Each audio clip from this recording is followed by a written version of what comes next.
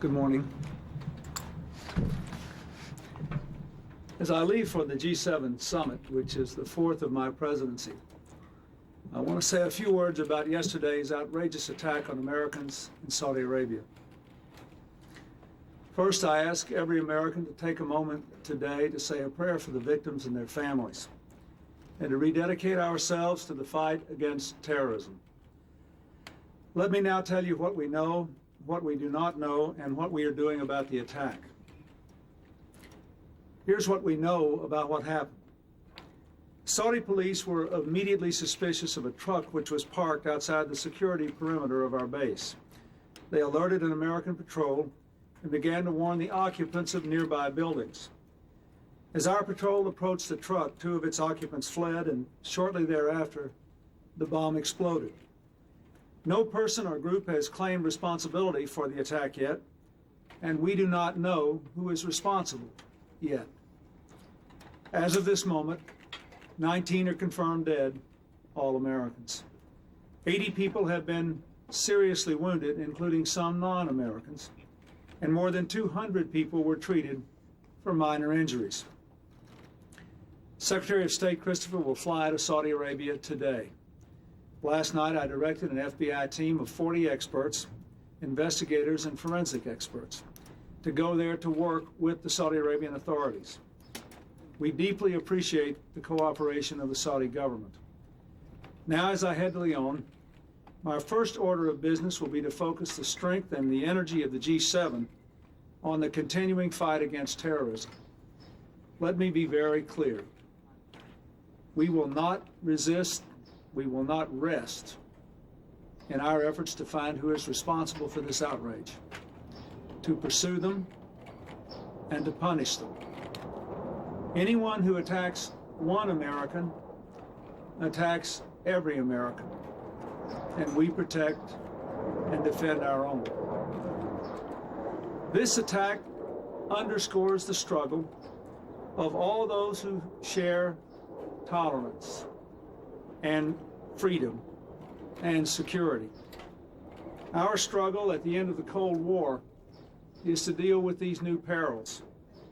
The rogue states like Iran and Iraq, the smugglers who would poison our children with drugs, those who deal in sophisticated weapons or weapons of mass destruction, chemical, biological, and nuclear, terrorists who strike not just in Saudi Arabia, but in the subways of Tokyo and the streets of London, in the Holy Land and in America's heartland.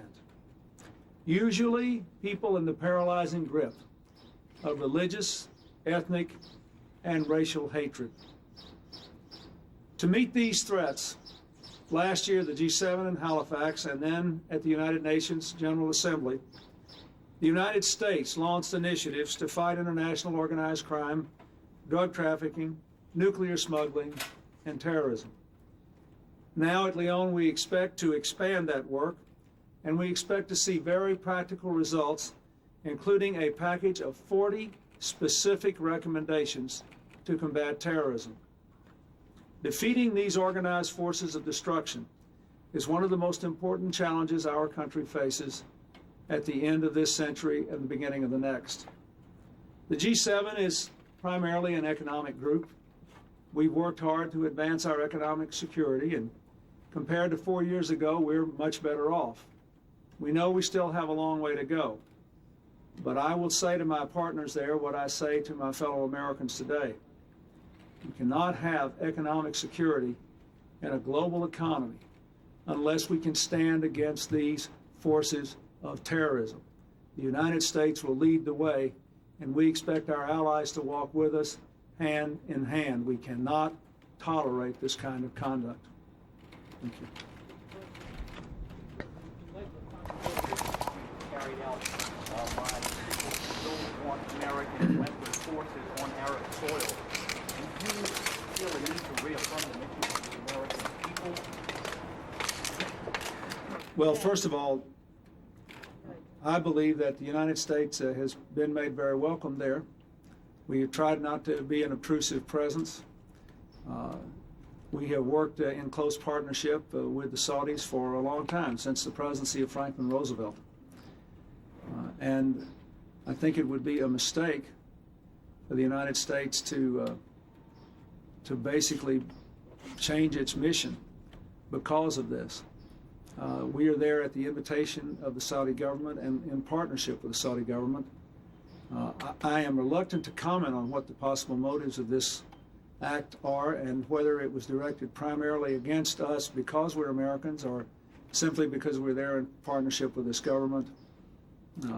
I had a good talk with King Fahd yesterday, who expressed his deep regret at our loss and his determination to find those responsible. And I believe that we should wait until we know who did this and what their motives were to say more. But I believe the United States mission in the Middle East is important, and it is supportive of countries that support the peace process, and I believe that we should continue on that mission. President, will the FBI be able to go to Saudi Arabia? On the question of going to Saudi Arabia, at this time I have no plans to do it. If we change our plans, I'll let you know. As I'm sure you know, I have been there since I've been president. My heart is there today and has been. It is difficult to think about anything else. But our people in uniform there, and especially those whose lives were lost and their families. But I do not want to be in the way of the attempt to take care of all the people there and to get this investigation off to a good start. If something happens that makes me think it's appropriate for me to go, I will let you know at the earliest possible time. Thank you. Resignation.